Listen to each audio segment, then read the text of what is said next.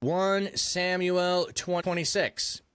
The Ziphites came to Saul at Gibeah and said, "Isn't David hiding on the hill of Heklah near Jeshimah?" So Saul arose and went down to the wilderness of Ziph, accompanied with 3,000 select men of Israel, to look for David in the wilderness of Ziph. Saul camped by the road of the hill country, the Hilkah near Jeshimon, but David was staying in the wilderness. When he realized that Saul had come to the wilderness to find him, David sent scouts and verified that Saul indeed arrived. So David sent out and went to the place where Saul was camped. David saw the place where Saul and Abner, son of Ner, the general in command of his army, were sleeping. Now Saul was lying in the entrenchment, and the army was camped all around him. David said to Ahimelech the Hittite and Abishai, son of Zeruiah, Joab's brother, "Who will go down with me to Saul in the camp?" Abishai replied, "I will go with you." So David and Abishai approached the army at night and found Saul lying asleep in the entrenchment with his spear tucked in the ground by his head. Abner and the army were lying all around him. Abishai said to David, "Today God has delivered your enemy into your hands. Now let me drive the spear right through him into the ground with one swift jab. A second jab won't be necessary." But David said to Abishai, "Don't kill him. Who can extend his hand against the Lord's chosen one and remain guiltless?" David went on to say, "As the Lord lives, the Lord himself will strike him down. Either his day will come, or he will die in battle and be swept away. But may the Lord prevent me from extending my hand against the Lord's chosen one. Now take the spear from Saul's head and the jug of water, and let's get out of here." So David took the spear and the jug of water by Saul's head, and they got out of there. No one saw them or was aware of their presence or woke up. All of them were asleep, for the Lord had caused a deep sleep to fall on them.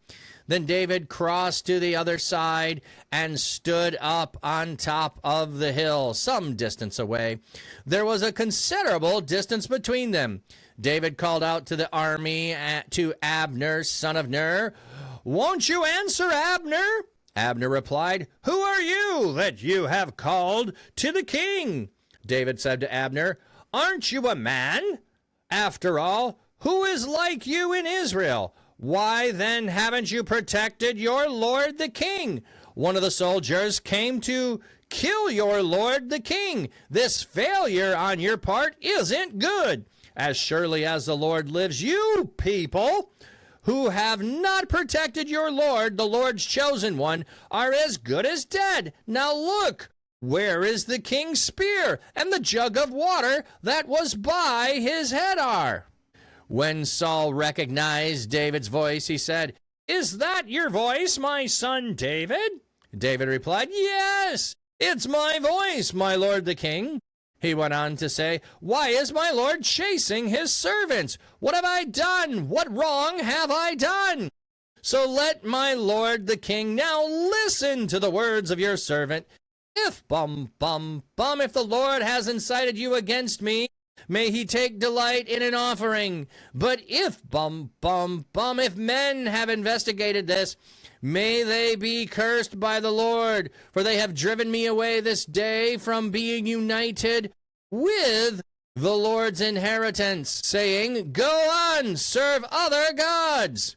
Now don't let my blood fall to the ground away from the Lord's presence, for the king of Israel has gone out to look for a flea, the way one looks for a partridge in the hill country."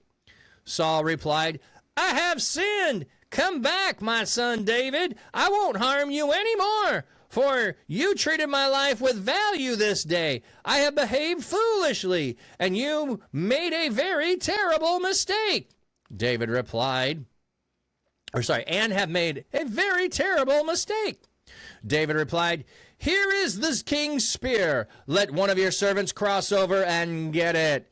The Lord rewards each man for his integrity and loyalty. Even though today the Lord delivered you into my hands, I was not willing to extend my hand against the Lord's chosen one.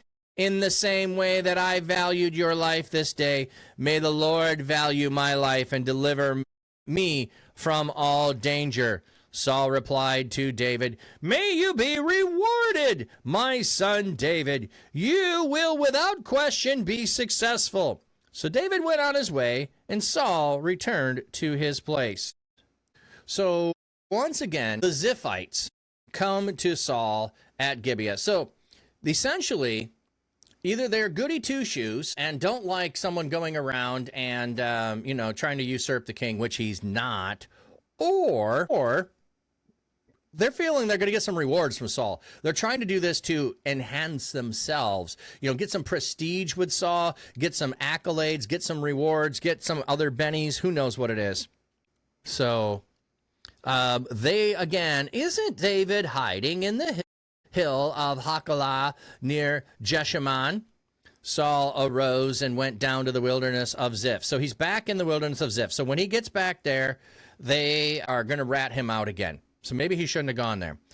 He again takes 300 select men of Israel. Don't know if it's the same ones, to look for David in the wilderness of Ziph. Saul camped by the road of the hill of Hachilah near Jeshimon, but David was staying in the wilderness. When he realized Saul had come into the wilderness to find him, David sent scouts and verified that Saul had arrived.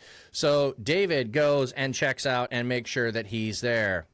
So David set out and went to the place where Saul was camped. David saw the place where Saul and Abner, son of Ner, the general in command of his army, were sleeping. Now Saul was lying in an entrenchment, and the army was camped all around him. David said to Ahimelech the Hittite and Abishai, son of Zeruiah, Joab's brother, who will go down with me into the camp? Abishai replied, I will go down. So he's got a couple of people there. So Joab's brother is one of them. A Hittite is another. So they find Saul, and it's like he is in an entrenchment. So a little valley of some kind, a little protection. He's lower of some kind. Maybe it's a ditch. Maybe it's a natural place where people have fought battles before. Anyway, it sounds like Saul and Abner are in the middle, and then they're surrounded on all sides by the army camped around him. So he's in the middle. You got to fight your way in order to get to him. Just like before, David coming along and has, this time, however, it changes a little bit. But again, he has an opportunity that God delivers him into his hands. What's interesting is that in between here, we have the story of Nabal between these two cases. So he won't attack Saul because Saul is the anointed of God, but he was going to attack Nabal unjustly and go overboard for the slight that Nabal actually did to him. But here, again, he is going to act with regard to the Lord's anointed in a different way than he does to someone else who slighted him. So he is inviting who will go down with. So Abishai approaches with David, and they go down, and they find Saul lying in the entrenchment with a spear by his head. Abner, the head of the army, is lying there, and the army all around. They're all asleep. Abishai says to David, today God has delivered your enemy into your hands. Now let me drive the spear right through him into the ground. With just a swift jab, a second won't be necessary. So he's going to go, and I can do it in one thrust. It doesn't matter who it is. It will be me. All right. So, continuing. But David says to Abishai, don't kill him. Who can extend their hand against the Lord's chosen one and remain guiltless? So this is his whole thought process here. If God has appointed him, how could I strike him and remain guiltless? How could I reach out my hand to strike him dead and not be guilty for striking him dead? If God wants him dead, and he's going to say this, God will, take his life. As the Lord lives, the Lord himself will strike him dead. Either his day will come and he will die, or He will go down in battle and he'll be swept away. So he's either going to die of old age or he's going to die in battle. It's not going to be by my hand. But may the Lord prevent me from extending my hand against a chosen one. So why may the Lord prevent me? This is a serious temptation on some level. He is here. He's accessible. He's being encouraged to do it. Someone else is willing to do it. You have to stay the hand of all of the rest of your army because they're fleeing from this guy. Why wouldn't they want him dead? Their lives would be simpler. So they took the spear from the head and the water jug, and they got out of there. So David took the spear and the water jug, and they got out of there, and no one saw them. No one was awake. They were all asleep because the Lord had put them into a deep sleep. So it is God who caused the sleep to come on them, and David is there in the midst of them all. All right, ads rolling in. We want to continue to dive deep. So the Lord causes a deep sleep over Saul and the whole army. I mean, how risky is this? So God is the one who causes the deep sleep. Does David know this or not? Otherwise, this is really, really risky. Like, hey, let's sneak into the camp. They're all asleep. Let's go. Let's get right up next to Saul. We're going to investigate. Everyone's asleep. We're going to be able to sneak in. Like, the chance of success there seems really, really slim. Like, I want to go sneak into the camp and, you know, go right up to the king in the middle. But we find out later that the Lord had caused a deep sleep. I don't know if David knows or not. I don't know if we're supposed to know if David knows or not. It makes it seem more risky if he doesn't know and we don't know. Oh no, is Saul going to wake up? Abishai doesn't need to think through like that he's just going to go do it. He wants the glory. He wants to kill the king. He's ready to go, and David has to stay his hand. So then they crossed over to the other side. So he goes up the hill on the other side instead of, you know, staying on that side. He goes up to the other side and starts yelling at a considerable distance. David called the army, and Abner, son of Ner, won't you answer, Abner? We got a hype train. So, yes, as Lucius was saying, here is a second time where Saul is delivered into David's hands. And there is, now David doesn't come across as being tempted by this. He comes across with no real, this isn't tempting to me to kill Saul. But it is certainly tempting to the army. And is the army going to stay loyal to David? The other tempting thing here is if David establishes kill the previous king and wipe out the previous king's family, he puts his own kingship and family in danger. And as we'll see gets played out later on in the northern kingdom, that's what they establish. Kill the current king, and you and your family will be killed later. And that's just how it plays out. The whole entire northern kingdom is a whole bunch of new dynasties set up and a new dynasty set up, and might makes right. I'm the new king. And then you have to defend it as long as you can. And when you can't, you're no longer the king. Someone else is who was able to do that. It will set the tone for David's reign. Absolutely, Iceman. It also is setting the loyalty for his men here as well. So there's a lot of different layers in here that are coming out. But David goes the other side across to the top of the hill, and he's calling out Abner, who is the general. Why is he calling out Abner? Because he didn't protect the king. Who are you? And who are you calling? So Abner's like, who are you? I don't know who you are. Aren't you a man, after all? Who is like you in Israel? Why then haven't you protected the Lord, your Lord the king? One of the soldiers came to your Lord the king to kill. This is a failure on your part, isn't good, as surely as the Lord lives. You people who have not protected your Lord, the Lord's chosen one, are as good as dead. So all of you, the 3,000 men who were there, you didn't protect the king. You were all asleep. You are sons of death. Now look where the king's spear and the water jug were by his head. So now I'm going to give you proof. So all of you were on sleep on guard duty, which is punishable by death.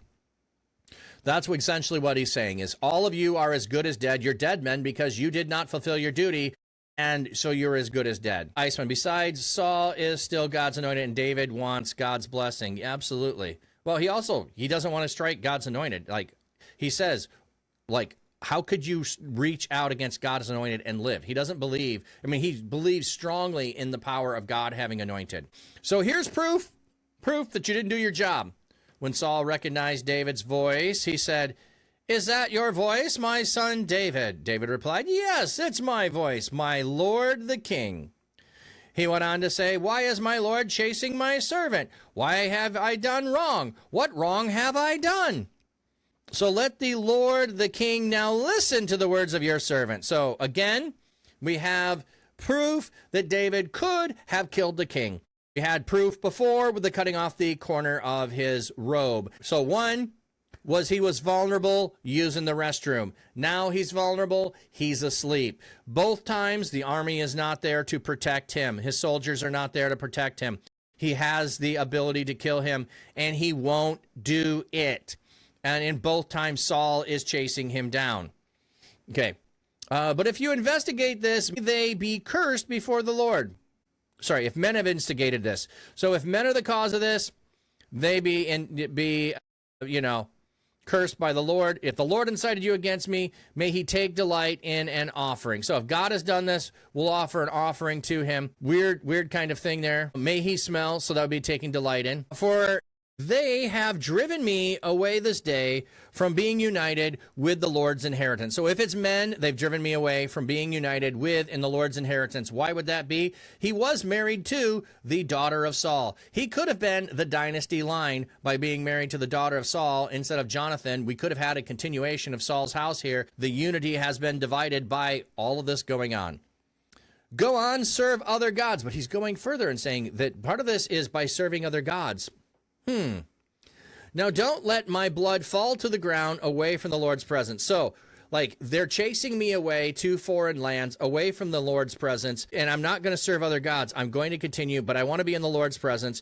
For the king of Israel has gone to look for a flea, the way he looks for a partridge in the hill country. So, again, he's referring to himself as a flea, insignificant, something that's just a nuisance, like you don't have to bring the whole army, like, you could just leave it away. Not a big deal.